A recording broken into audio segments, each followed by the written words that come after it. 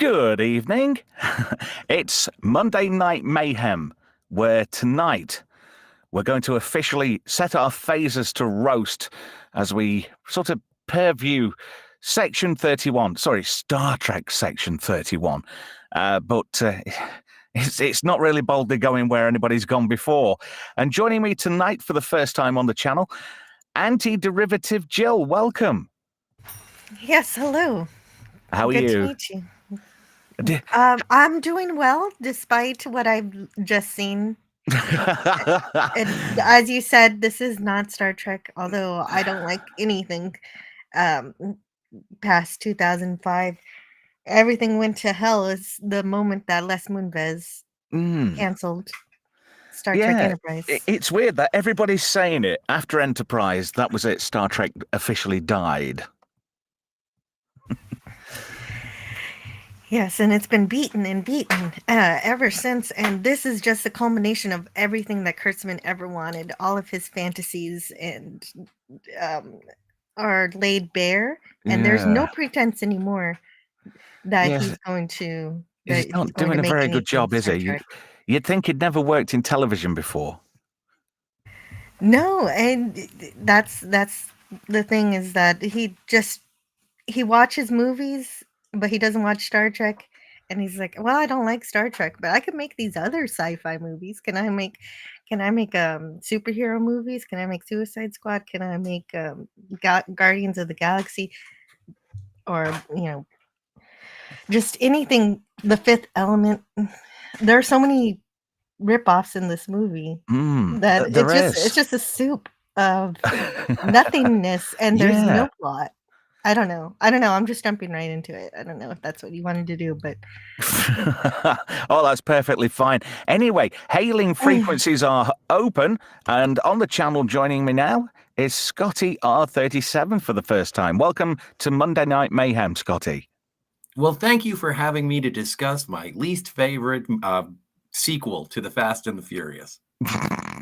Well, let's hope, unlike The Fast and the Furious, this doesn't become a thing, and then in 12 years' time, we're on Section 31, Episode 10 as another movie.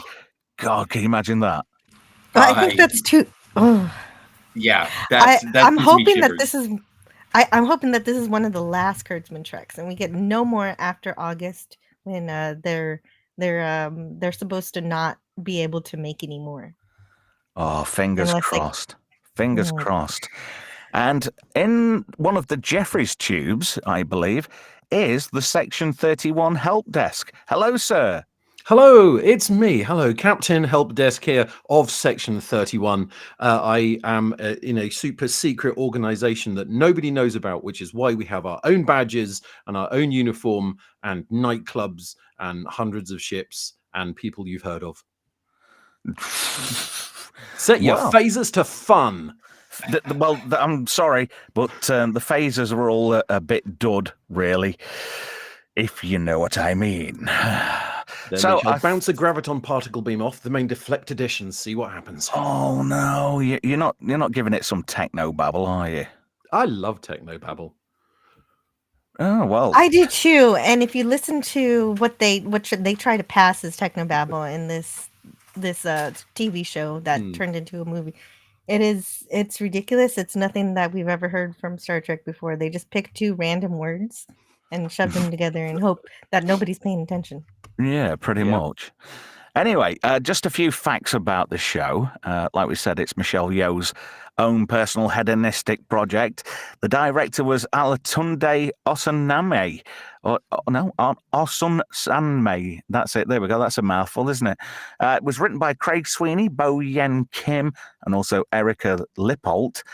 Those three between them, I don't think they could write a Christmas card, because they certainly didn't do a very good job of this. So let's just have a look at some slides. What did you think to the opening scene? Alex Kurtzman enjoys eyeball porn.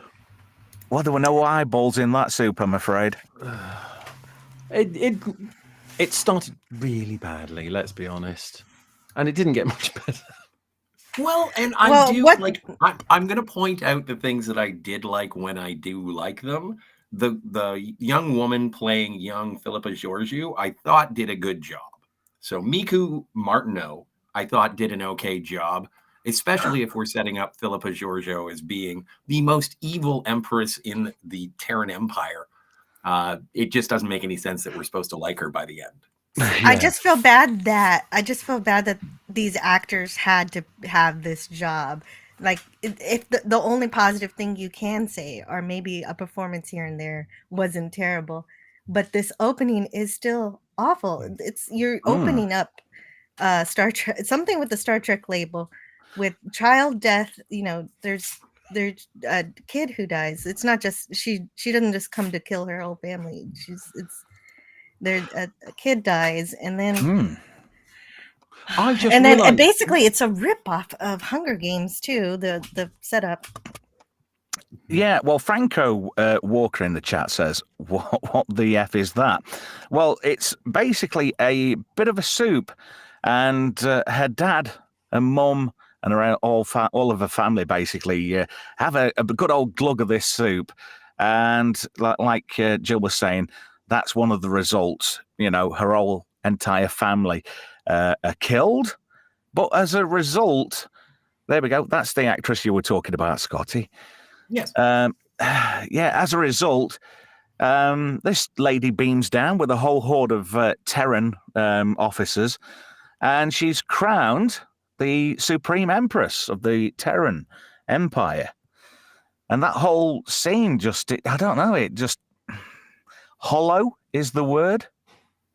I've just realized I forgot this scene actually existed. I jumped straight into the movie. I forgot this flashback was even in at the beginning. But also the pre-established history of how the hierarchy of the Terran Empire works, based on all of the things that we've seen, is its advancement through assassination. There is no way this contest would ever exist in the Terran Empire based on what we've seen. If you want to be the emperor, you have to kill the current emperor, which is exactly how Hoshi does it in Enterprise, and how the empire perpetuated itself in promotions on the ships.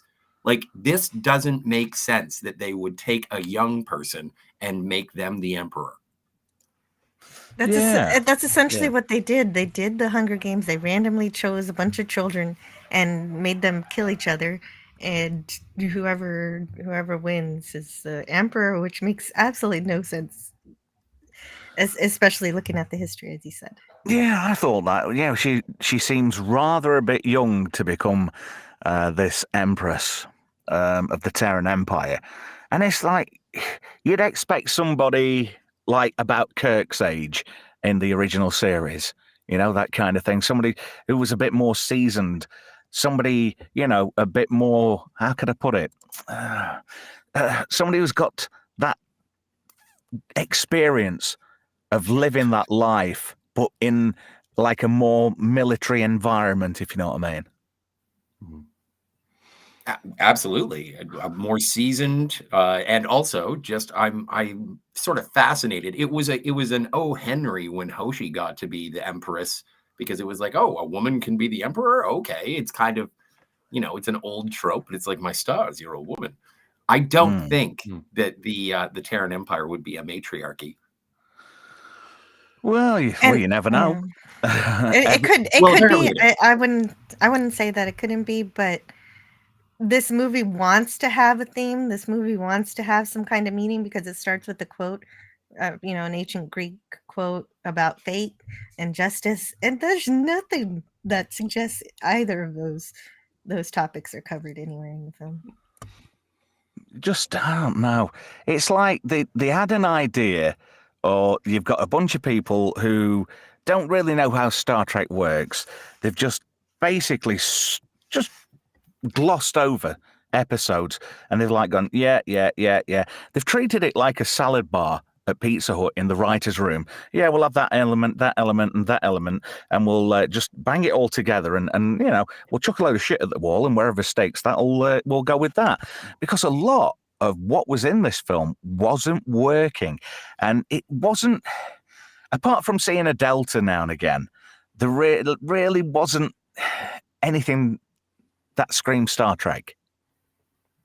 Well, the they only heard thing- that fans like friendship, and so they tried to do that, but they couldn't even pull that off. It's about family.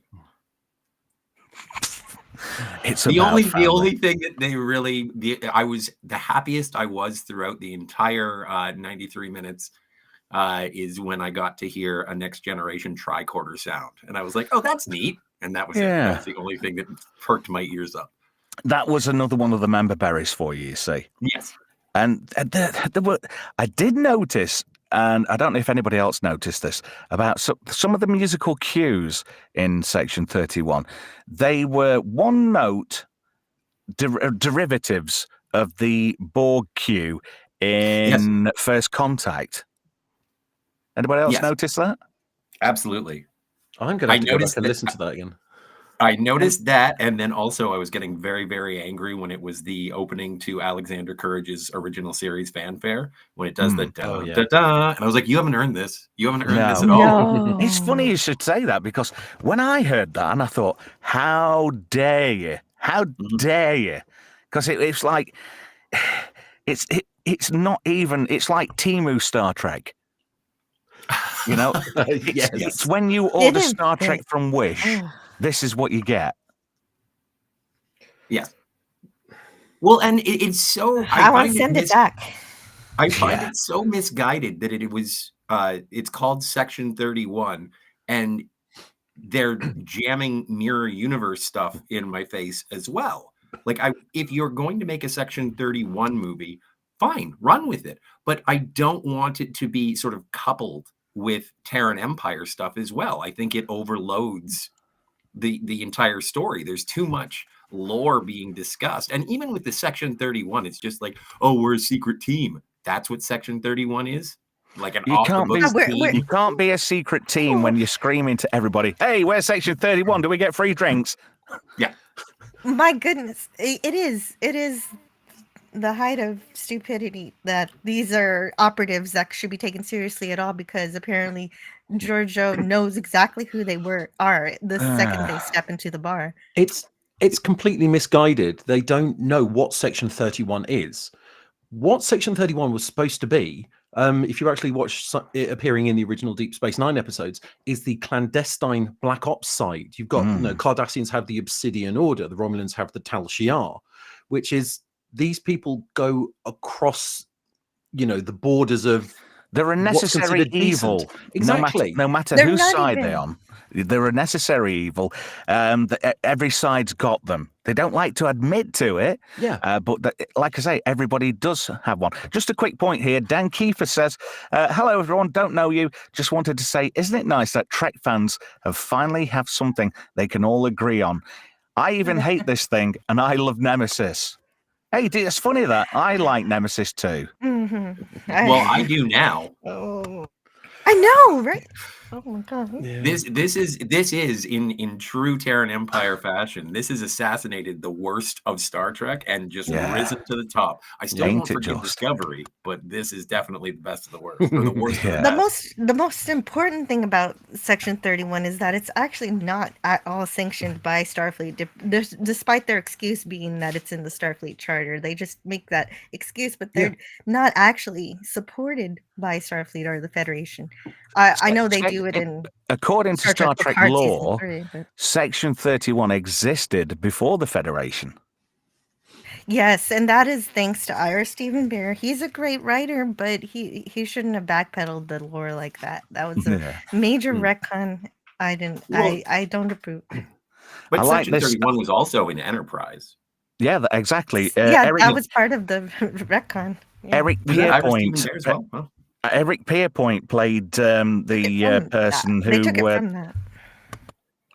who what's his name? Malcolm Reed was interacting with, because that guy had got something on Malcolm Reed, if you remember. Just a quickie as well. Sword in the Storm. Star Trek forgot the rule. You never go full retard. Harsh. Is that harsh but fair, do you think? Yeah. Well, in the truest sense of the definition, it does slow down and impede the thing. So it did retard Star Trek. Yeah, just a bit. I just thought we'd have a quick. And we'll have a Definitely. quick browse of the characters. So you've got Michelle Yeoh, obviously Philippa Georgiou from the Mirror universe. Why she got a Greek name? She sounds Because Greek. because of the quote that they said at the beginning about fate or justice or something. It was an ancient Greek quote, probably. That's my only guess. Did you notice her eyes were really weird? Yes. I mean, whether that's a thing with people from the Mirror universe having an aversion to light and she's wearing some kind of contacts, but I thought that was really off-putting, and I don't know what it is about her face this time. It seems weird looking at it. It's like, something's not quite right there. So what did we think to Philippa Georgiou in this abomination of Star Trek? Scotty?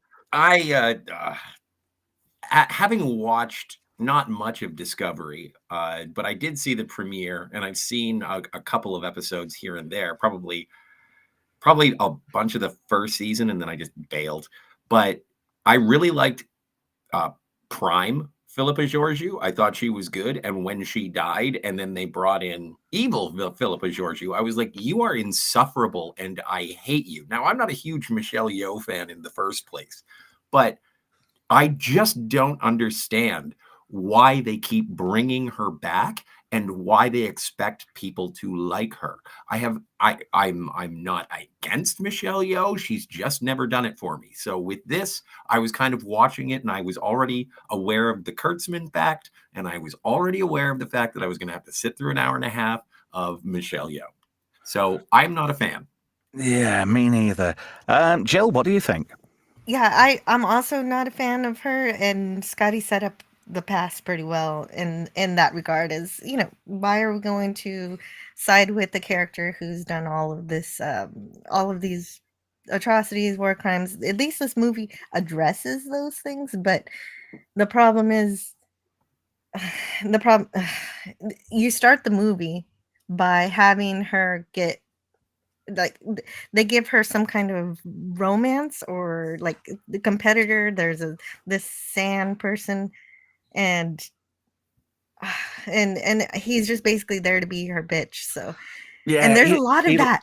He lost out to her in the beginning, and like you say, he became her bitch until he kind of broke free.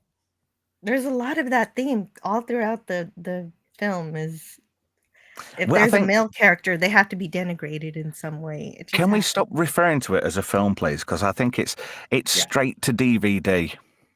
Yeah. You're right. It's set up like 3 TV episodes. It's a show. Yeah, that are really edited together badly. Another character that I like to look at is Cannon Fodder, a.k.a. that little Delton at the beginning, who's, if you didn't know her name, it's Mel. She's played by Humberly Gonzalez. And I just thought she was just a deadweight character, and she proved to be deadweight in a really drawn-out and gruesome phaser scene, which I thought was a bit unnecessary. What happened to the phasers of the original series and the movies where, one shot, that's it, buff, you're gone, you're incinerated. But Kurtzman and his ilk had to drag that death scene out just that extra bit. Like, we haven't got a deal in this film, so we've got to make this look as gruesome as possible. And not only that, but it was treated like we were supposed to care about her because she was in like 4 minutes of screen time and mildly bickered with the rest of the crew that we don't know. It reminds me of when they offed Tandy Newton in Solo: A Star Wars Story, and everyone was like, "No!" And it's like, why? Why is the audience upset at all? Solo still lost money, by the way. That's fine. That's cool. I don't care. Graham, what do you think, matey? Yeah, she was. I hate to say the word useless, but I think the problem was every single character was just cookie cutter. This is your personality, therefore this is your character. All of them just had one single character trait that they stuck to. I don't care about any of them. That's my problem. Whilst watching Section 31, I had to continually pause it, get up, walk around, and get a drink, because it made me so angry. Yeah, all the characters had just didn't give a shit about them Yeah. in any shape, way, or form. Even Georgiou, I just like, so what? Michelle What? Yeoh's certainly a good actress. You know, she's got awards and she's been in better No, stuff. she wasn't in this. In this, She was fucking cheese. She was the cheesiest cheese going. Yeah. It was just almost like she's just having fun with this. Oh, I'm having fun. I'm a diva. Oh, look at me. And I didn't think it worked for her. I thought she was totally shite. She underacted. She overperformed. She was hammy. She was cheesy. She was just flat out shit. But the reason for that is incredibly simple. She got paid $12 million to star in this. No way. Yeah, it's I saw it. I think it's Deadline reported on it, but she got paid $12 million. The total cost of this 12 million? 20 million for the total thing, and she got paid Jesus. 12 million. I want to give her $12. She's laughing all the way to the bank. She doesn't care whether her acting's any good or not. Did you have any feelings towards Mel, Jill? Well, she was diminished. It was a lot like what the Section 31 help desk already said in terms of just distilling her down to just being a sex pot instead of actually maybe watching the motion picture and understanding what a Deltan really is, and kind of how that the Deltans evolved into Deanna Troi, the Betazoids. Being empathetic and all of these things, and it's not just I'm here to sex you up. It's just, what is this? Yeah. I'm sorry, I'm still thinking about it. It makes me wonder with those Deltans if the collars and cuffs match. But the oldest gamer says he is correct. Yeoh was paid $12 million. That is a fucking insult. It's an absolute insult. Well, but I guess they had to up the ante, because we've discussed it before, but the only reason that this exists and why it's a movie instead of an ongoing series is because Michelle Yeoh obviously won the Oscar and she was contractually obligated to be a part of this, and so they probably had to say, all right, we'll give you more money. You've got to thank COVID in a way, because they were going to start making this as a series in 2019, but it obviously got shelved. Not Brian says that's 11 million pot noodles. Help desk. Would you spend that money on pot noodles, sir?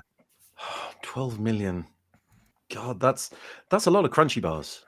How many bottles of baby oil is it?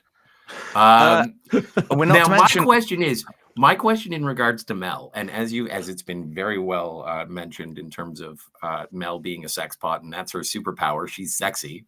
That's it. Isn't that objectification of women? And this is obviously New Trek, which is very interested in progressive values. And she essentially gets fridged within the first act, which is kind of counter to what they do in terms of their messaging of strong female characters. Why was Mel the one who gets thrown under the bus for a bunch of people who are so virtuous and golden when they can only objectify a chick to have her killed when she's no longer relevant to the plot? Well, it's funny that you should say that, because I think she was there to try and make the audience feel some sort of sympathy for the ragtag crew who were trying to get on to Georgiou. But I don't think, like I say, these characters, that they're almost like bubblegum, no pun intended, because she's got some in her mouth. But they were just like cheap characters. There were no substance to them. There was no character development at all from the get-go. There was absolutely nothing there, which brings me on to Quasi, which I do like Sam Richardson. I do like Sam Richardson. I don't think I've ever actually seen him in anything before, but he plays Quasi, a Carmeloid, like Martia from Star Trek VI. To say there were mythical creatures, there's one there. But at first, I had to pause this. I thought, Kevin Hart's fucking hard up. And then I realised it wasn't Kevin Hart. He's like an amalgamation, isn't he, of Kevin Hart and LeVar Burton. Whether it's those eyes, I don't know. But well, that's the thing. They tried to make Quasi a nerdy character, but nobody in the writing staff knows what a nerd is, so it did not play. Yeah, it was kind of fun, but trying too hard, and people, I don't know, people like that. And he's probably the best. Yeah, character. yeah. I don't think you're wrong there, Jill. But yeah, they're all just like they're like bubblegum. They're just so you'd forget about them. Now, this character Zeph, I nicknamed him Robocock. Yeah. Yeah. That's basically, he was just a Borg. He wanted to be a Borg, but he's played by Robert Kaczynski, an actual British actor in this production. But I thought this guy, he couldn't act to save his life. And I don't know, he just felt like a plot device for later use. That's all he was there for. What Yes. peed me off? This is the start of what started to pee me off. This is set after original Trek, after TOS, but before the movies, basically.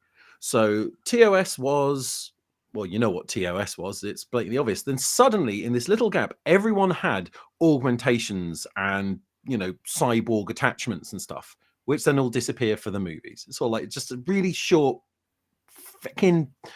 Oh, it's just so aggravating because the Borg haven't been found at this point. There's a whole thing, you know, obviously Enterprise... Well, I'm going to say Enterprise. In the You've got that timeline, episode. yes, there is Enterprise, but that was all supposed to be kept under wraps, which is why they didn't know about it in TNG. So, are there any civilizations in between TOS and TNG that actually do cyborg implants that we know about?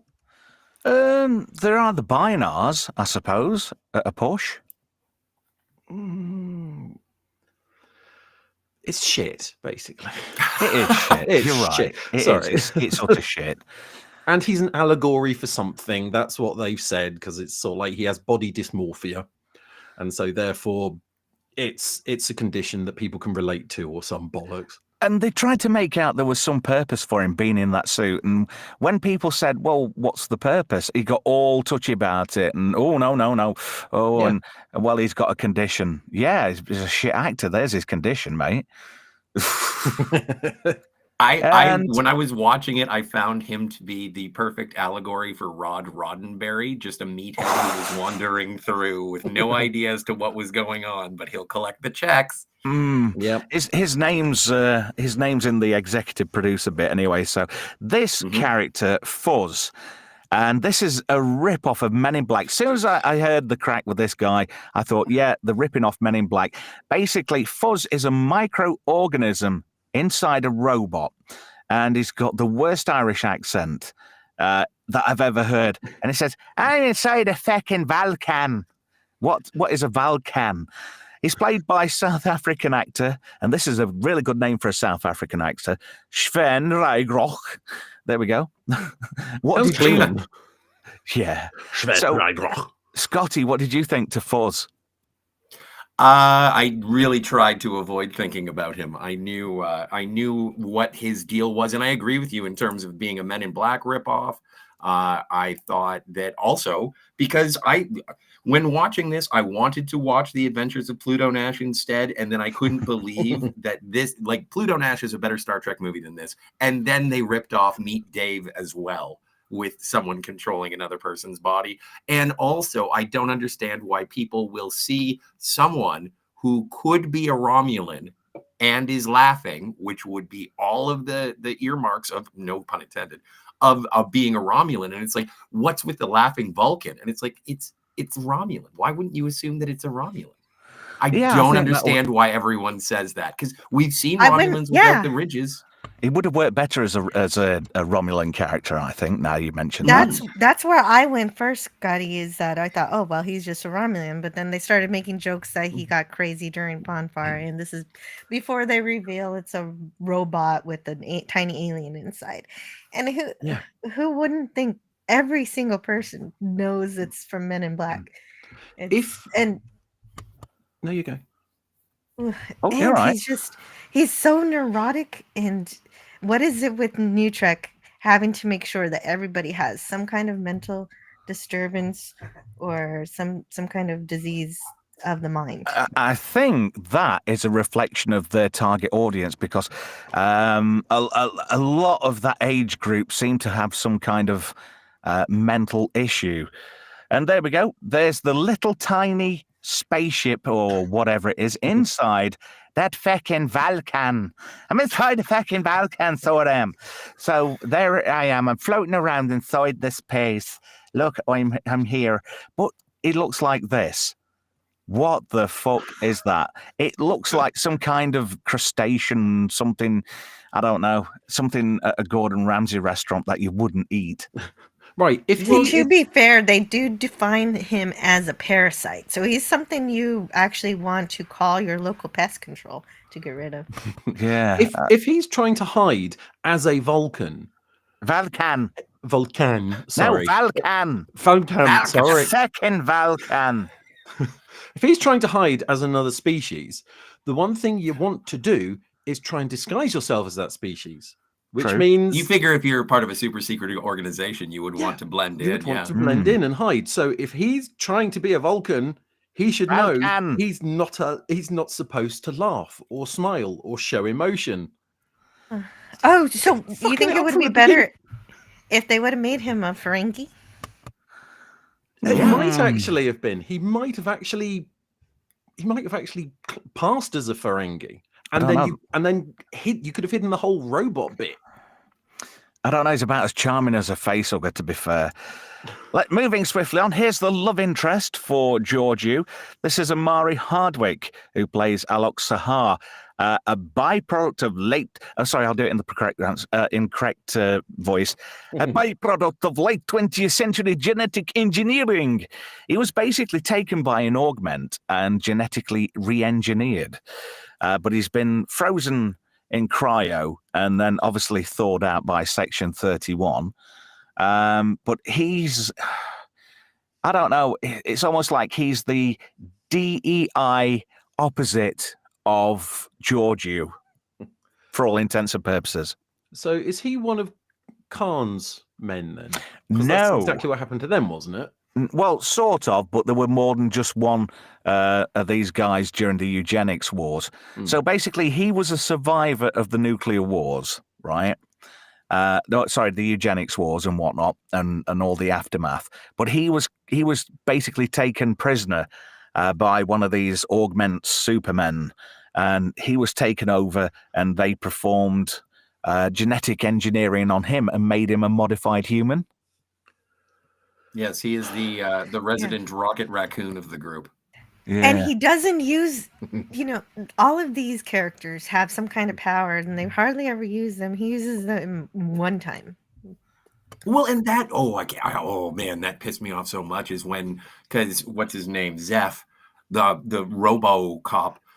And he's like, okay, and my job is to punch people. And so when we finally get to Dad No, and we'll talk about how ridiculous that name is, who punches Dad No except it is Sahar. And it's like, so what is Robocock doing here? Yeah, Robocock. Yeah. I think that name definitely is well deserved. And to round the dialogue though makes it seem like we're supposed to think that Alok punched him. So I guess maybe I missed the actual action didn't match up with the dialogue. That's funny. And finally, in our ensemble cast is Casey Roll. As a token member berry, Rachel Garrett, future captain of the Enterprise C. And I thought this character was so unnecessary. It was just unnecessary to everything, to the plot, to the whole thing, basically. She did not need to be there. She could have been an other character. Scotty, what do you think? I was trying so hard to like Rachel Garrett. I don't know anything about the actress. I am a fan of hot chicks. And I was just like, oh, do something. Anything that makes you either, indicate that you're going to be Rachel Garrett that I know from yesterday's Enterprise, or do something that is almost like you're second in command of this ragtag group of weirdos. And she did nothing. She was a cheerleader. She is literally left behind for one of the action sequences. And it doesn't come back that she rescues anybody or anything. It's just like, you're not necessary to this scene. We'll see you later. I wanted so much to like her. As I was saying before, like, I like Agnes Jurati from Picard. Whenever I encounter a cute girl, I'm like, hey, maybe you'll do something cool. And no, Rachel Garrett did nothing cool. In fact, there are some inexplicable things that she does. And I'm like, how did you do that?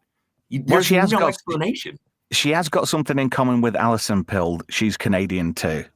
That might be it. Maybe she does remind me of Mia Kirshner, who played Amanda from Discovery, plays Spock's mom. Maybe you've got an underlying fetish for Canadian girls, eh? Well, thank heavens I live in the right part of the world. Canadian girls, eh? Jill, what do you think to Rachel Garrett in this diabolical, awful film? Oh, it's not even a film, direct to DVD.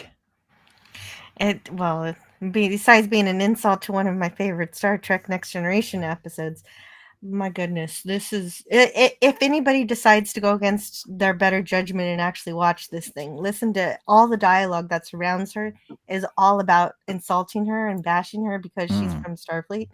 And they introduce her as a woman with a stick up her ass, but she doesn't actually behave as a Starfleet officer. She acts more like a teenager who's just sick of everybody's bullshit. She's like, well, why didn't you do it this way or whatever? And she has this kind of adolescent attitude that isn't actually something to enjoy. No, none of these characters are actually very likable. Like, true. You think you make a movie, even if they're bad characters. They're not relatable. They're not likable. Their dialogue is absolutely atrocious.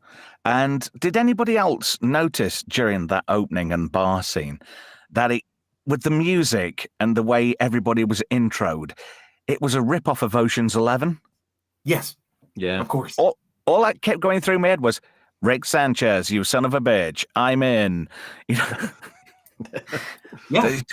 It was another example of another piece of plagiarism. Well, and Jill, And of what course, you said in yes. terms of the mockery of Rachel Garrett having a stick up her ass. Now, it's funny because we start off when we do our first introductions, because we do introductions twice in this movie, but they go around and Georgiou says, let's cut the shit. And then she refers to Garrett and says, and she's obviously Starfleet because she has a stick so far up her bum that it might as well be coming out of her mouth. And I was like, you already said shit. Why can't you say ass? Why can't you say ass? It didn't. One time where she said backside, she does mixed up. It's so the writing style is so inconsistent. It's like they got 3 or 4 different writers at different times, and none of them talk to each other. And they just kept writing lines and going, "Oh, this will sound good." Yeah, all of them are 12 years old too. Yeah. It's all almost like I said before. It's like in the writer's room. Everybody had a go at throwing shit at a whiteboard. Whatever stuck, they sort of went with it. And it just felt so Legoized, if you know what I mean. Oh, we'll stick a bit there, we'll stick a bit there, and we'll stick a bit there. So anyway, here we go. On the table in the bar, they're presented with a little box with obviously the Starfleet Delta in it. And then, we go through the standard fare. Oh, look, it's Philippa Georgiou, Emperor of the Terran Empire. She's from a parallel universe, blah, blah, blah. And there she is, and she's looking ultra freaky. Yet again, those eyes, there's just something about her eyes and her face. She just looks wholly unnatural.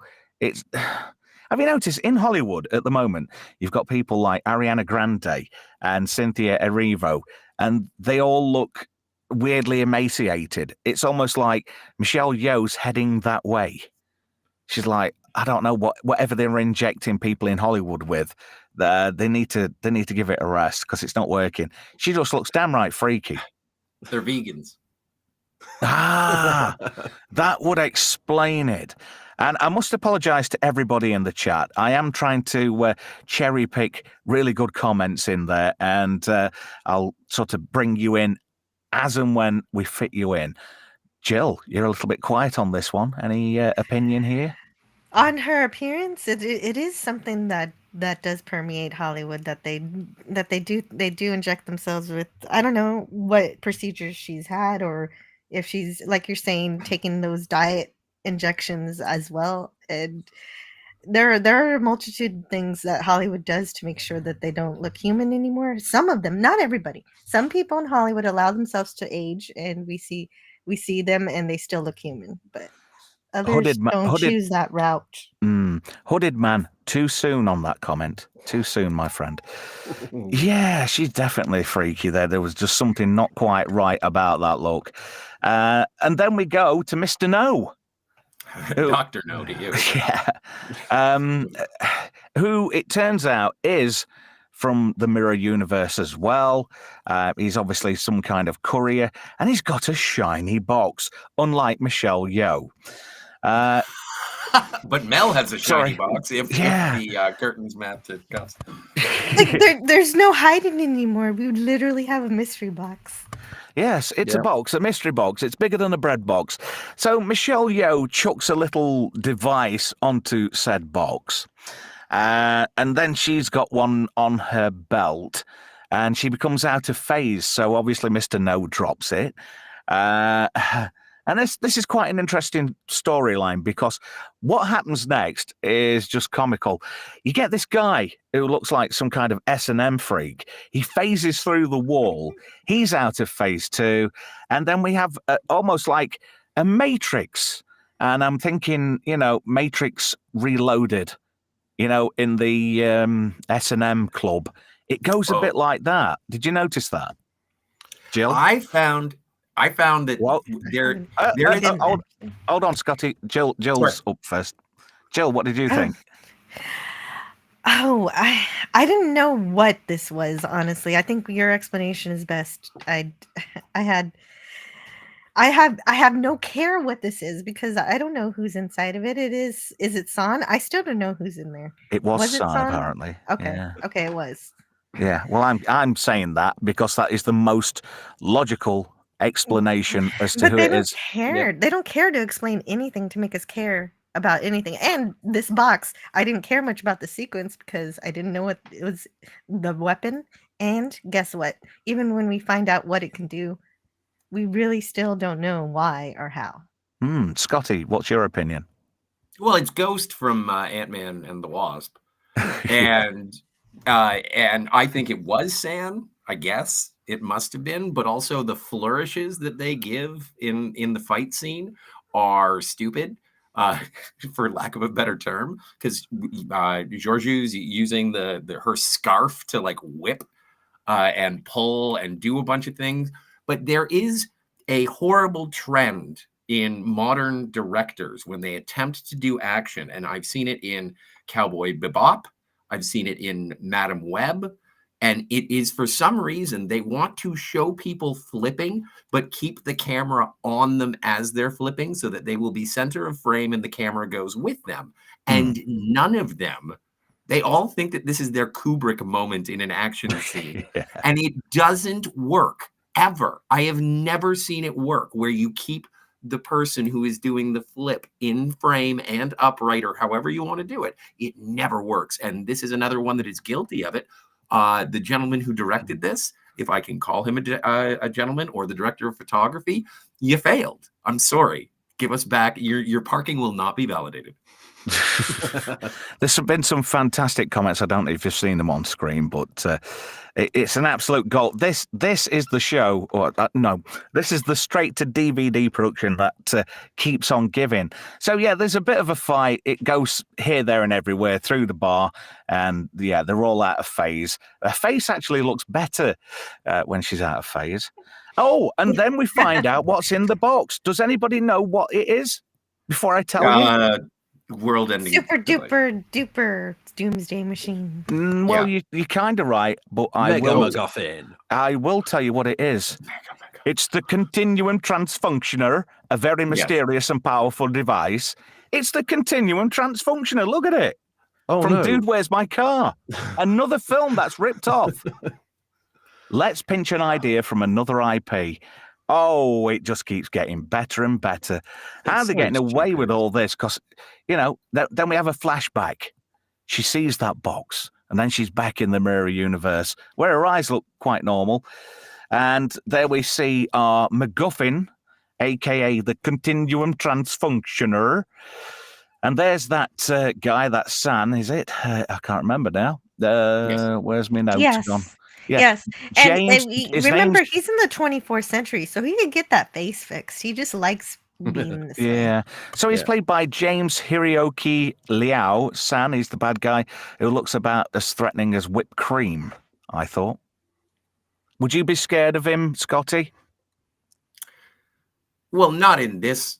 No. I found him completely unengaging as a villain, simply because what he was driven by the power of love or the power of unrequited, and he was basically, limp lettuce throughout until he got really mad, and then he would have a fit. Like, no, this guy sucks. He was PETA to Georgiou's Katniss everything. Exactly. But thrown away.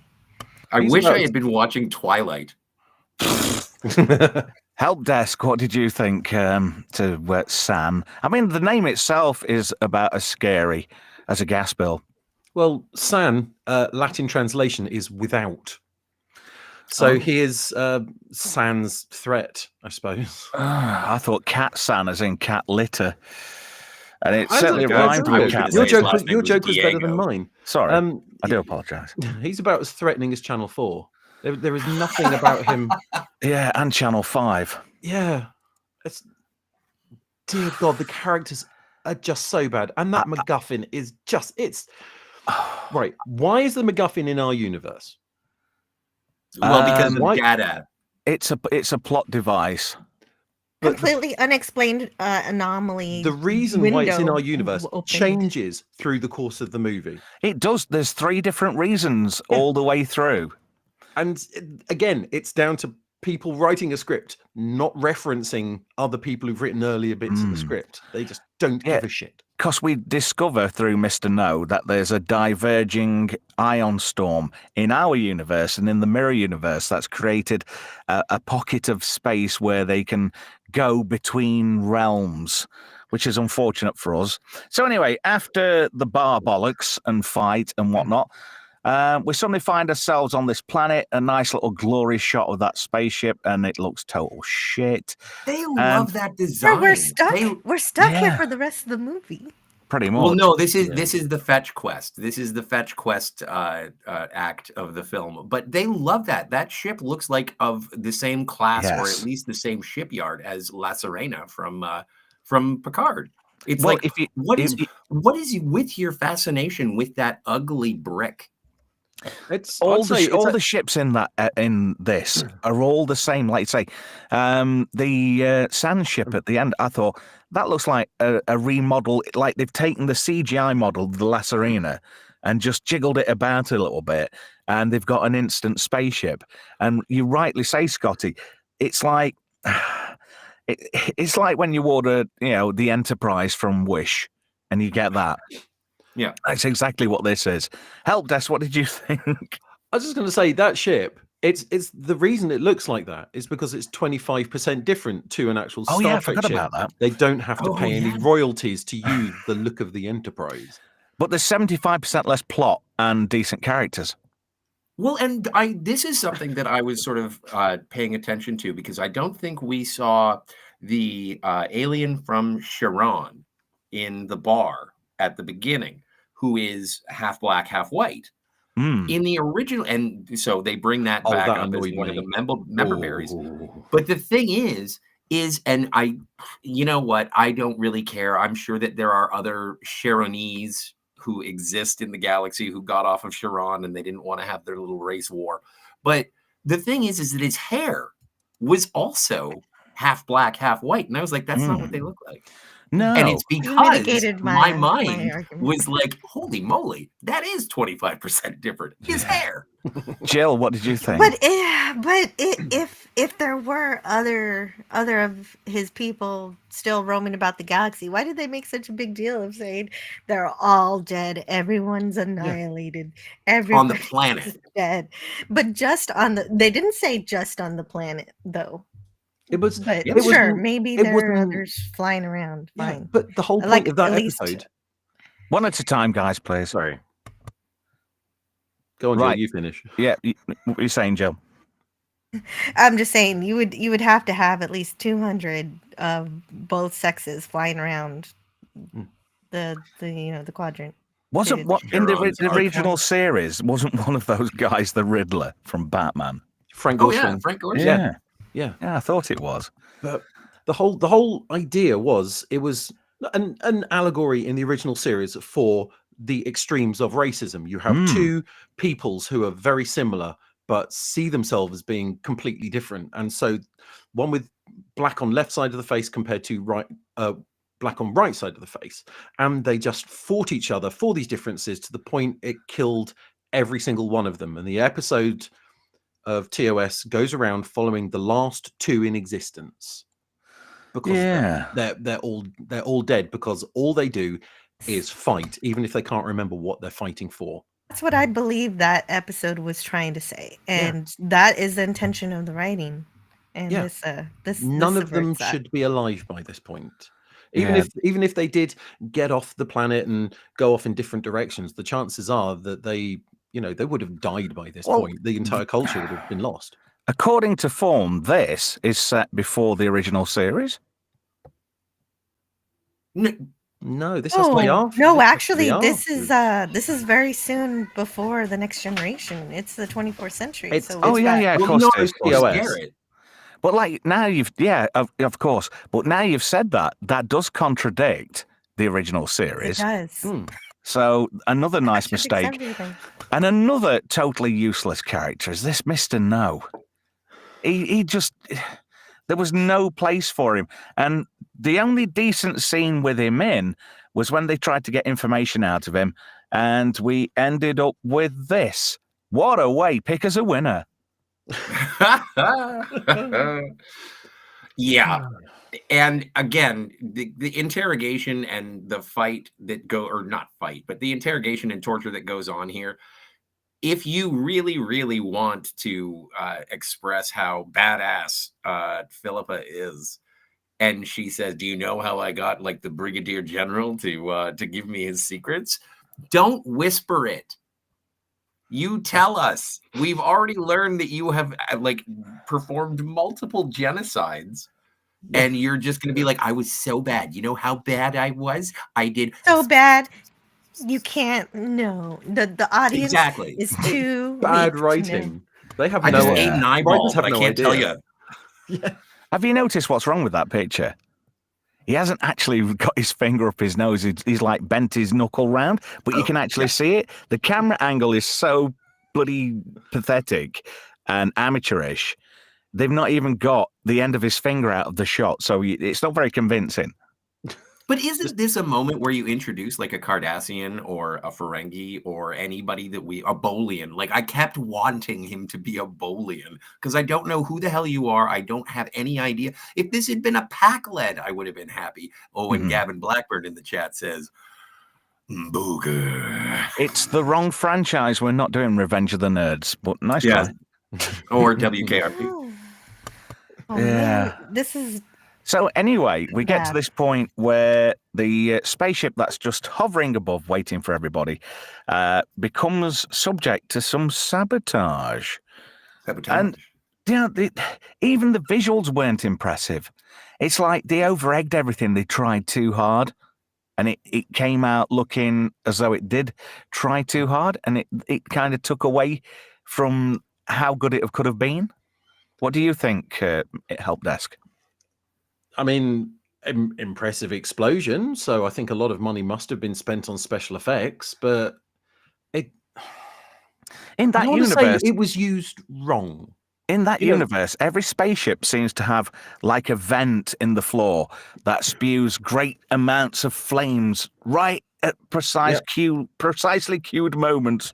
It's like, that's needless. It's like a cheap special effect. It's going back to films like This Island Earth, where you've got to have some hyperbolous effect to exaggerate what's going off in the scene because there's no real plot. It's missing the classic Star Trek trope. When you have an explosion, rocks need to fly around. Everything that explodes throws rocks everywhere. It's and Star the explosion Trek. happens so close to these people. They should be dead. Vaporized. Yeah. You've seen people standing by consoles. Console explodes. They're taken to sick bay because they've got massive burns and head injuries from flying rocks. And as Well, we've seen, media hashtag. as we've seen in other shows in the franchise, when one of those panels go, because there's an EPS conduit behind everyone, Oh yeah. when they go, you're dead.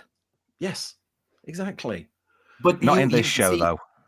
Help Yeah, desk, you like Scotty's seem to cornet. be under the impression that there are crews on this ship, except for the people that we see on screen. That is something that I thought was really, really interesting, is that all it takes on Sam's ship, we only need Fuzz and Sam. We don't see anybody else on that ship. And when it comes to any other ship that we see, it is only the characters who are in the opening credits. True. Just moving swiftly on, because I want to speed through these as quick as we can. Yes.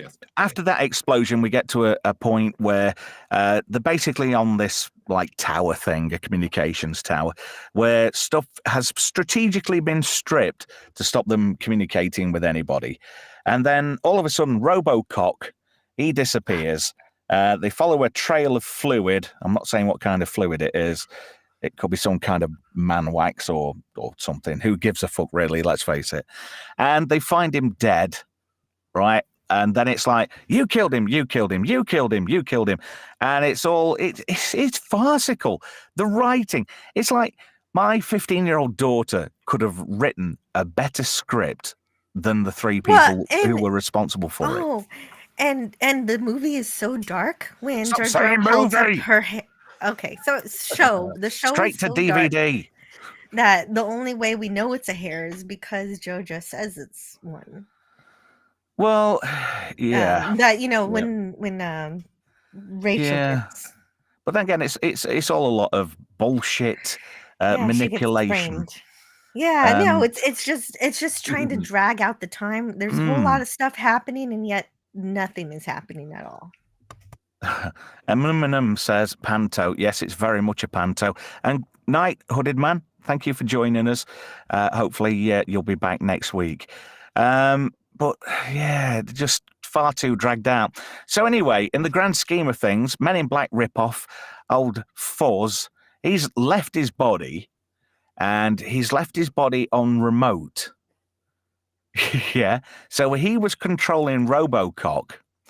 And then we get to this almighty. Yeah. Oh, wait. We can't go to this tunnel scene until we say that there was another. What was? All right, then. Let me go back. Didn't Zeph kill himself? No. Because of he kind of did, but with stabbing his eye, right? So there's more of that eye obsession. Yeah. Good point. Yeah. I see what you mean there. But yeah, Zeph was killed by proxy, by himself. Yes. Through Fuzz, who'd taken control of his body. Because so he can get in the tightest of places, it doesn't matter where. But this reminded me of another film. Does anybody else have an inkling of what this entire scene felt like? On top of the train, Mission Impossible. Do you know what I thought? What came to mind? Indiana Jones and the Temple of Doom, the tunnel chase scene. Yeah. Why are they not falling off? You guys were much more generous, because I was like, oh, so this is a rehash of Star Trek Into Darkness, where we have a transport to nowhere, where we have a fist fight with just blurry backgrounds. The most uninspiring. There was a moment in the middle of this chase, and I was like, well, I know none of the good guys are going to die. Yeah. Right. Watch this chase. When it closes in on them, their hair is not even moving. They haven't even put a fan in front of them to make it look like they're actually moving through a tunnel. It's just, oh, God, it's aggravating. I didn't even notice when Zeph died. Like when Zeph was dispatched off of this, I was just like, oh, I guess he's not here anymore. I don't care. Yeah, that was, I don't know. It just, you could see the guy fucking blinking. If he was dead, whether he's on remote control by Fuzz or not, he wouldn't be blinking and laughing and smiling. His body might be moving, but the flesh part, that's gone. It's toast. When I think of a show where people are terrible to each other and they're also terrible people, but it's a good show, I think of It's Always Sunny in Philadelphia, and it's because there's good humor and good dialogue. This has neither in that, and because they're terrible people who are terrible to each other, and it's not funny. You don't care when anybody dies. Ooh, Gavin, good call. Yeah, Gavin Blackburn says Droid Factory from Star Wars 2. Yes, Yeah. I thought that a little bit, but the way it played out, it was more like the scenes from Indiana Jones, albeit in a different location. Flav says, like a cutscene from every adventure game ever. Yes, true. And Ashen Prism says, would fit in with Uncharted. I reckon that's a good assessment. So anyway, everybody gets left behind, so to speak. And Fuzz has a bit of a fight with Georgiou, who manages to jump from one place to another, gets chucked off, but she's obviously that good. You know, she uses her female powers to get back on through the other side. And then there's a bit of a fight scene. Fuzz gets a little bit screwed up. I don't really want to talk about this particular scene too much because I'm thinking of time. But he basically says, yeah, you got me. Hook, line, and sinker. I pulled a fast one on you. Oh, look, I've got you all falling out.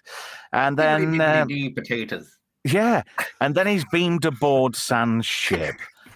And then there we go. We've got the continuum transfunctioner. Yes. And the plan is he's going to use it to sort of screw up our universe so his universe can come into our universe. And this ion storm thingy, convergence, is going to happen in 1 hour, X amount of minutes. And I just thought that was, you know, to say it was the end of Act 2, it was just rushed and it was like, right, there's the premise. Here we go. Did anybody else We haven't get even that? said, that they're ready. This thing went through so many rewrites when it was going to be a TV show, and then when several rewrites, and then more when it became a TV movie, which is essentially, as you're saying, don't call it a movie, call it Straight the to failed DVD. TV show, the failed TV show that it is.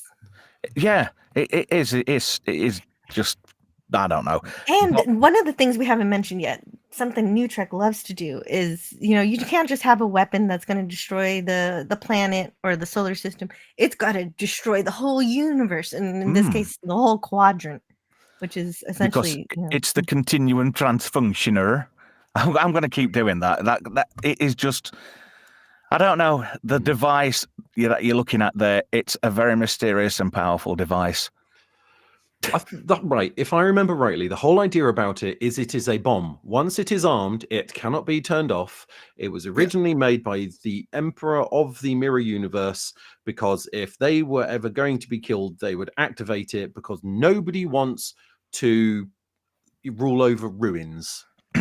Yeah, basically. And now it's brought into our universe, and it's going to be used because they've run out of resources in their universe, so they can come over to ours and rape, pillage, and plunder, basically. Exactly, but they will have destroyed the universe, so there will be nothing over here for them to take. Yeah.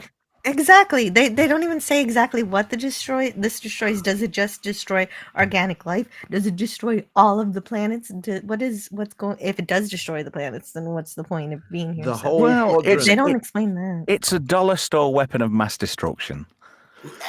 But it's also a cut rate version of the burn from whichever season of Discovery that was. Don't remind me. Yeah, that was shite too. So anyway, in the meantime, they managed to find some old junky garbage scowl, which is a common word in New Trek, garbage scowl, and they get it working. And they're going to use it to catch up with, I mean, it's a garbage scowl. It doesn't have warp capability, but it manages to catch up with a warp-capable ship. So, quick question. Go on. So, in a world where you can vaporize matter into molecules, why are you hauling garbage? Because it's another plot device to make up for the There we go. Okay. Just wanted to check. Thank you, sir. It shouldn't be hauling garbage. It should be hauled away as garbage. Yeah, they should have taken this away, and Kurtzman and everybody else involved. So Georgiou and Alok decide to beam aboard Sans ship. And usual fare, theirs is MacGuffin, the continuum transfunctioner. And, you know, all these fight scenes break out. Yeah. And I felt really, really embarrassed for Michelle Yeoh, because you've got how old is she? She's got to be 60 odd now. Yes. Oh yeah, something like that. Yeah. And she's flailing about. Fair enough, she was good at martial arts at one point or another, but it was almost like you're just watching a granny have a Karen moment, and she's tripping out, and she's trying her best to kick ass, and she's beating some guy up randomly, and it just seemed really badly choreographed. Yes, that's it.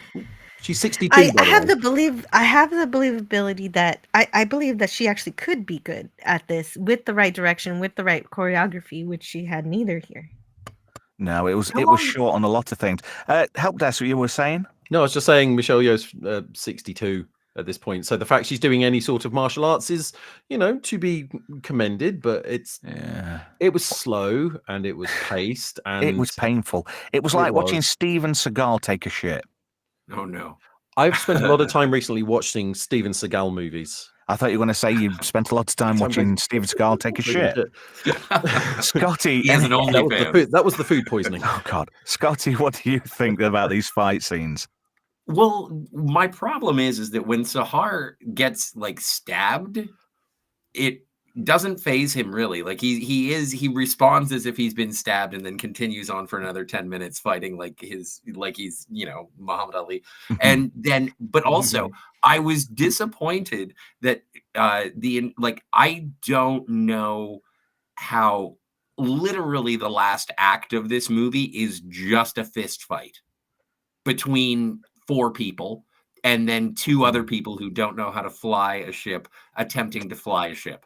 This was the point where I was like, this is all we're doing for the last 20 minutes of this is we're just going to fight and pretend that we don't know how to press buttons. Okay.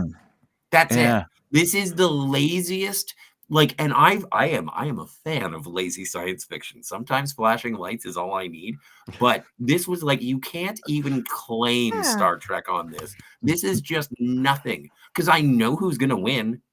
There's no question. This was so what are lazy. We doing? We're drawing this out. This was so lazy. It was horizontal. So anyway, during the fight scenes, makes the comatose look active. Yeah, definitely. You've got Fuzz fighting Sahar, and he comes out with this, you humans, you're a fucking shite. I'm off. So he's put himself on remote control, hence why his eye sort of lights up. And there he goes, off on his merry way in his little spunkmobile. It looks like a sperm, doesn't it? If you look at it. So without the tail. Yeah, well, I think that was at the back. So he escapes in his little shuttle pod thingy. And then while all that's kicking off, there's more fighting, there's more of this. And we get to a point where on the garbage scow, Rachel Garrett finds this toy.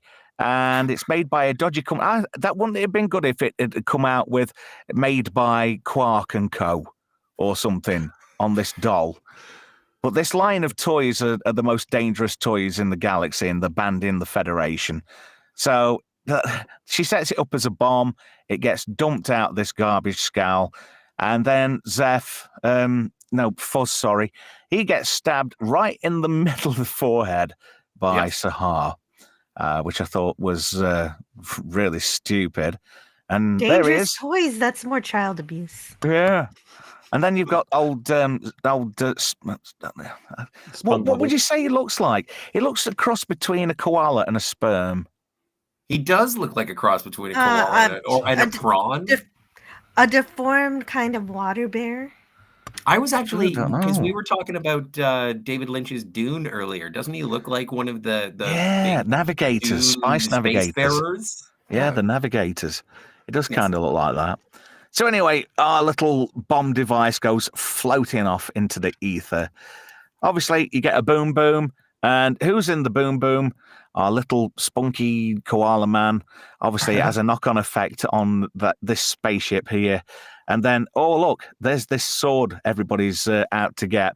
So, it's going to be a fight now to the death. And we'll see what happens with that in the next batch of slides that I'm just about to load up. Because when I go to Star Trek, I look for swords. Yeah, especially when it's Well, mirror universe, because that's their logo, isn't it? Basically. Oh, Yeah. that's true. That's true. I just, So anyway- I show up here for phasers and Yeah, force true. fields and There was warp one. There drives was like and stuff. 2 phasers, maybe. If you It's want like- swords, include a Klingon. Yeah, Yeah, well, no, it's- they're battlists. Yeah, I Battlists know, are but different. they've also got sort of like the small ceremonial ones. Worf has one. He They're uses tough. it for close quarters hand to Oh hand. yeah, like the ones in The Search for Spock. Mm. Yeah. Which I thought were quite good because that prop was reused so much in Next Gen. It was unreal. Yeah. So he anyway, had one in Picard season 3 as well. And yes, he did. You're right. But he did have a phaser. He just didn't want to use it. Yeah. So Yeah, anyway, he forgot he could stun people. True. So San gets obviously defeated, and then the Darusian crystals on the continuum transfer. Did anybody else watch Dude, Where's My Car, or is it just me? I've never seen Dude, Where's My Car? And I don't know So- whether or No, not I I should haven't Last time I saw it was apologize. about 20 years ago. I'm kind of thinking I'm talking to myself in this respect. So anyway, the Darusian crystals wrong are all with that. little, and it's been activated by Georgiou, and it all gets to a point where, you know, we know where this is going. She wants a bit No. of. She wants a bit of. Yeah, we know what she wants. Yeah, So she's My prepared for the Sharona. end. Yeah, definitely. She wants only his gets it up nags. from the touch of the I'm younger so glad side. we've skipped over all the sex that's in this TV show. There was All of only the one. sex? I didn't. This was There was There's only just one so sex much of it. scene. There was only one sex scene, and that was with the Andorian and whatever the hell it was. Yes. If you remember, I during the do. chase scene in the never- in the club. So they were accepting the fate. There's this convergence, and anyway, big explosion, and you get this. Now I have a and- question. I have a Go question. on. So Georgiou is holding, the That head bomb. of TikTok from Return to Oz without the Yeah. mustache, and Quasi has to choose between, or figures out how to beam them up. So where did the bomb go? Because if she's holding it, yeah. How wouldn't did it that- blow up? It would have been transported. Yes. It wouldn't it? Yeah. It Am I was. crazy? No. No, you're you're not not. crazy. You're They not. skipped the part where they showed us how it was. That's transferred. right. The plausibility in this premise was just totally blown completely to smithereens because, they get beamed out. That device is still on that ship. Isn't it going to destroy our universe instead of collapsing that ion convergence? Yes. Dunno. Which I thought was Well, total bollocks. Yeah. There's a doorway open. Surely an explosion will go both ways. Yeah. So anyway, yada yada Yeah. yada. Movie's ending. Exactly. Let's Exactly. They let's just move- destroyed the Alpha Quadrant in both the Mirror Universe and the Discovery Verse. Yeah, I Yeah, it was never thinking even that. says it passed through the anomaly or anything. But, the power of bad writing. So Rachel Garrett's on the floor, and then our heroes, or anti-heroes, are looking down at her. Did you notice that bridge design at one point? Kind of looks like the Nostromo in places. The Oh, Nostromo Bridge. That lighting. yeah, I can see it. I thought yeah, it was I a see that. redress of the Lacerina. Yeah. So anyway, Yeah, I see it more like the warehouse ship. Yes. That's what I mean. everybody's all lovey-dovey. They're all friends. Rachel We did Garrett goes in it. for a hug. Obviously, she's like, get the fuck off me, bitch, before I do your head in. Yeah, this is where they do the unearned. And then you've got the, Yeah. oh yeah, So- look at me. I'm so good. I've saved the universe, but destroyed my universe. So, yet again, she's proved to be the ultimate executioner par excellence by destroying her own universe. And there it is. There's this anomaly, this ion convergence collapsing. There we go. Singularity closed. Everybody's happy. And I promise only one more set of slides because I'm fucking bored with this shit already. So anyway, skip to the final This- transmission. This Just one pissed second, me love. off. Just one second, Sorry. Scotty. So we go 3 weeks of your Earth weeks later, and Scotty says, This pisses me off so much because Section 31 is an Earth organization. It's not Yep. your Earth weeks. It is our Earth weeks. Yeah, how I'm does so that mad at work? this. It doesn't make any sense. If a Klingon says your Earth weeks, if an alien says your Earth weeks, totally fine with it. When an Earthling says Earth weeks, it sounds stupid. It's stupid. This film is stupid. So, But we'll is go. this entire nightclub a Section 31 headquarters? Well, apparently so. It is now, which is yet again another convenient plot device. So we end up back here. Does anybody even know what this bar or ship's even called? Because I can't remember. They didn't say it once. Oh, it's like time. Bahar, or they do say yeah, they it's like did. one night in Bahar or something like that. A night in a bar. Bahar. Yeah, that's lazy writing right there for you. That's creative. So we end up back in Bahar, which I suppose is Klingon for pub. Probably not. Yeah. So Hey, here it is. I found it. It's Baram. There we go. Either way. Baram. And the thing is, I still don't give a fuck. Does anybody else give a fuck? No? Nope. I don't. No fucks are given over here. So we Yeah, I end up at know, this but scene here where Michelle Yeoh, her gusset is chewing on a G-string with our, how can I put it, our chocolate candy of Sahar. So she's looking at him, and she's looking at him in that way, like, yeah, I want you to do me right here. I don't care who's looking, just, get it out and we'll get it on. But it turns out to be our Carmeloid, Quasi. And he says, how did you know it were me? And it's like, well, I'm shit hot and I'm super duper. And we all end up round a table. But have you noticed how Garrett's dressed like a space hooker? Yeah. And a bit of a pirate space hooker at that, too. Captain of the Enterprise, right there. Yeah. Right there. She's supposed to be undercover because everybody knows who she is at this point. Undercover as But it doesn't matter because they have a giant super secret staff meeting in the middle of the Bahar. Yeah. And they don't have like 100 ships outside waiting to go. So we're all round the bar. And look who's back. But it's not Fuzz. It's Fuzz's wife. And I tried very hard to remember this name, but it was so inconsequential to the grand scheme of things that I had forgotten, and I don't give a shit. Does anybody just have a clue of what his wife's name is? I have Claire. the script with me. And Go so on. the The script tells me script, Jill? her name is Wisp. I'm always Wisp. Is it? But God. she's got a real different accent this time, and I'm looking for my husband. Do you know where he is? Blah, blah, blah. And I just thought that was just so bad writing. The dialogue was just Merkin. fucking embarrassing. Yeah, Merkin. I like that. Oh. Merkin. Yeah. It was bad. It was just... Didn't you feel like, oh God, this is making me feel dirty, like I need eye bleach and a hot shower after this is done? Well, but not only that, but the species in which he is or they are representing, the thing is that they're more insidious than those little bluegill out of the back of the neck from Conspiracy in the first season of Next Generation. These guys could take over anything. What is going on? Yeah, but they wanted peaceful coexistence. Peaceful coexistence. Yeah. So we're in the middle of a Bahar, or we'll stick with Bahar, because Whatever it is. I can't be asked to use the brain power to figure out what it was even called. So yeah, you've got this little hologram projector, and you get this fancy little, oh look, bright lights, and here we go with Jamie Curtis, who plays Control in this absolute fucking travesty of Star Trek. It's not even Star Trek, it's Trainwreck, for God's sake. Yeah. It's terrible. What did you think to Control? Because I just thought this character was bollocks. She can fuck right off. Politely. I'm sorry. There's no other way to put it. Don't She needs hold to back, fire help her- desk. She Don't needs hold to back. fire her agent. She did Borderlands. She's done this.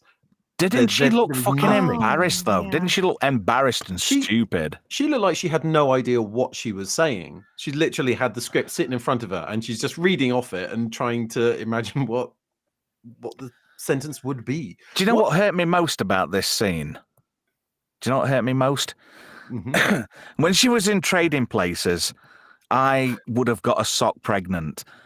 And looking at her here, there's no chance of that happening at all. But I think that this is really indicative of the tone deaf nature of anybody who is producing modern Star Trek is why Tommy Lee Jones? Why is Tommy Lee Jones in this?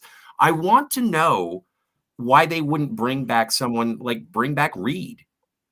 Bring back any Star Trek Wouldn't actor, that have because been this great? is That would where have been very this good. is where you put your Star Trek actor and say, okay, we're going to have continuing missions. I am now part of Section 31. Hell, bring back William Sadler and say he is Control. Yeah. Like Or this somebody- is your somebody that cameo looks like porn. him. And what did you do? You bring back Michelle Yeoh's best friend from Everything Everywhere All at Once? No, this is not a Star Trek movie. This is you pulling in favors, obviously. Yeah, it's bad. A lot of people in the chat. We'll catch up with the chat just for a little while. Oof from Ash and Prism. Yeah. Yes. Oldest Gamer says, "Are you freaking kidding me?" No, sorry. Ash and Prism also says he watched True Lies last night. Good Gavin movie. Bowater is coming out with some crackers tonight. Inge from Sweden from Trading Places. Yeah. Wayfarer Project. She looks like David Bowie. Yeah, a little bit. Take that back. Take that back. David Bowie looks better. Even now. Not Brian says she likes Rian Johnson too. That's probably quite true. Bob Smith says that he got a sock in the family way as well. Yes. We've all done it at one time or another. There's no denying it if you think about it. So anyway, I'm wanting to wrap this up because it's making me feel like I need to get the Mr. Clean out and some magic erasers and give myself a good rub down. So Bahar is surrounded by umpteen ships, like about 200 ships, and they all start warping off because Jamie Lee Curtis's character Control says, "Do you want to go to such and such planet 4 or whatever?" It was that Turkana thrilling. 4. Is that what it was? I couldn't Turkana remember. 4, the home planet of Tasha Yar, and they throw it away like it's a joke. I would like to remind everybody that there is civil war, rape gangs, and murder that is just rampant on that planet. And they're like, anybody want to go to Turkana 4? But the thing is that everybody in the Federation knows about Turkana 4. So Section 31 really doesn't have to go there because it is under Federation sort of let's not go there situation. If you want to know more about Turkana 4, you can check out Legacy, I believe is the name of the episode, with Ishara Yar and the history of Tasha Yar. But like for them to drop Turkana 4 in this is like, why do you think that's a punchline? It's a tragic failure of early Federation colonization, and you're going to make it like, anybody want to go to the rape gang planet? Ooh. Maybe. I mean, this is sort of like TOS era. Maybe they're instigating the Civil War. You never know. No. So it's entirely their fault. Well, I thought the planet, if there's all that rape gang stuff going off, I thought it might have been called Bradford 6, but never mind. Moving swiftly on. Didn't you think it looked really stupid when Bahar transformed and it sort of wound itself in? What about all those people in those rooms? They would have been fucking squashed. That's exactly what I said in the backstage. I said when I saw the space station, I thought, well, that looks like a ridiculous design, but at least it's not moving. And that's exactly what happens at the end. Yeah. So, super secret organization, a shit ton of ships, they all warp off. And then this piece of shit, it warps off too. And I just want to get that shit off my screen because I am absolutely fed up of talking about this shit. Luckily, there's only 6 and 3/4 minutes left of the show, and I'm damn glad. Any final thoughts? Jill, I'll come to you first.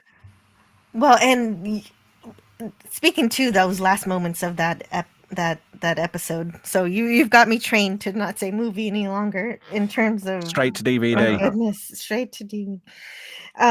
There were a lot of hints of, oh well, this is a TV series, like you said. There's going to be more. We're going to have Jamie Lee Curtis as our head of whatever, and we're going to bring her back, and we're going to continue to make more of this because everybody loves it. They want more, but nobody wants this. No, nobody does. Even the most. I don't like any of New Trek at all, but there are lots of people who do, and even they don't want this. Yeah, it's funny. Like people have said in the chat so far tonight, everybody can agree whether you like New Trek or Old Trek. everybody hates this piece of shit so bad already. And it's only been out 2 days. Everybody is literally fucking this up the arse with a rusty rake sideways. Scotty, what are your impressions, final thoughts? I am, tepid on New Trek. I'm not as much against it. But I do understand that it is a lower bar than classic 735 Trek, everything up until the end of Enterprise. And I would say that I would happily watch anything else than this middle of the road, generic, useless science fiction pap that has nothing to do with Star Trek aside from a couple of references. It embodies nothing of what I recognize in Star Trek. It does nothing to further any of the lore. All it does is put a hood ornament on a piece of shit and say, well, come on, you used to like it, didn't you? Like, fuck this in its stupid ass. It's almost as if, we'll stick the name Star Trek on something and they'll watch it anyway. They seem to think us as fans are fucking stupid and gullible. We're not, because it's been proven time and time again that since 2005, any Trek after that date has been an absolute clusterfuck. Nobody gives a shit about it. Nobody's interested in it. And the people that do claim that they like it, they're just lying. They're just saying, yeah, it's good. It's, yeah. This year there was a film that came out and it was called Furiosa, a Mad Max saga. And people argued that it was like, this isn't a Mad Max movie. There's no Mad Max. But you could recognize the world of Mad Max in Furiosa. And Definitely. so it was a part of that world. And if you want to call it a spin-off or it wasn't your cup of tea, that's fine. I'm not here to plant a flag in Furiosa. But what I'm saying is that at least it felt faithful to the world in which it was representing. And this does not. As I said before we started, or actually I said at the very beginning, this is worse than the worst Fast and the Furious sequel. This is something that is a pale comparison to anything that I know about Star Trek. And I can't wait to talk about it tomorrow. Or just science fiction in general. It's not science fiction. This is that's action what I'm saying. fantasy. This is more like science fast food. And Scotty, you make a very good point. With Furiosa, the world in which that film was set, the world building was there, and the people who produced that film and wrote it were true to that world building that was already there. It built upon the foundations. It didn't drag them down and try and reinvent it into something else, like what Kurtzman does with his 25% less Trek. You don't mess with it. If it's working, it's good. You don't mess about with it. And I think Eugene Roddenberry, or Rod Roddenberry, as he likes to be called, he's got a lot to answer for. He's just doing it for the money, I think. And his dad's he's just using his dad's name. He's just milking it. He's just milking this. This is a gravy train for him now. Yeah. If his mother was still here, I don't think New Trek would exist. I agree completely, because she loved the fans and she loved. Yeah. Majel Barrett would have stomped on any of this shit before it got off the ground. And I think, sadly, when she passed away, Rod just went, yeah, I'm going to make some cash off this. Screw this. Screw what my dad built and this wonderful utopian universe that as a species we can all aspire to be better than what we are. And he's lowered it down to just pure greed, I think. Yeah, that's what Star Trek is to us, but to him, it's just, this is what my dad left me in his will, and I'm gonna squeeze as much of it as I can. Yeah, I can get a new Mustang next year. Yeah. Oh sadly. dear. Help desk, you're very quiet on this final opinion. What do you say? I'm glad it's over. This is, if they release a DVD of this, the special presentation pack basically will come in its own bin to save you throwing it away yourself. This is it. I will be wiping this from my memory as much as possible. Section 31 is dead. That's it. Yeah, it's done. Pretty much. I'm going to start and thank each and every one of you. Jill, it's been an absolute pleasure. Thank you for coming on my stream and giving us your time tonight. I really do appreciate it. Thank you ever so much for joining us this evening. You're welcome. It was my pleasure to be able to talk about Star Trek. I enjoyed the conversation, and I enjoyed the pace of your show. Thank you. I appreciate that. Scott, Go on. And I will be. I do want to mention that I will be talking about it also on Wednesday on my channel. Cool. If you send me a link, I will give you a bit of a plug via my Twitter. Right, we've got less than 20 seconds. Scotty, just a quick wrap up, please, mate. Thank you for making me angry. I appreciated this past hour and a half of being very upset about the state of Star Trek. So, but also thank you so much, dude. Thank you so much for inviting me. This is great. I love talking about Star Trek, even if it's not good. This has been a long time coming, and I thank you ever so much for joining us, Scotty. Thank you. I appreciate that. Thank you. And now we've run over time a little tiny bit.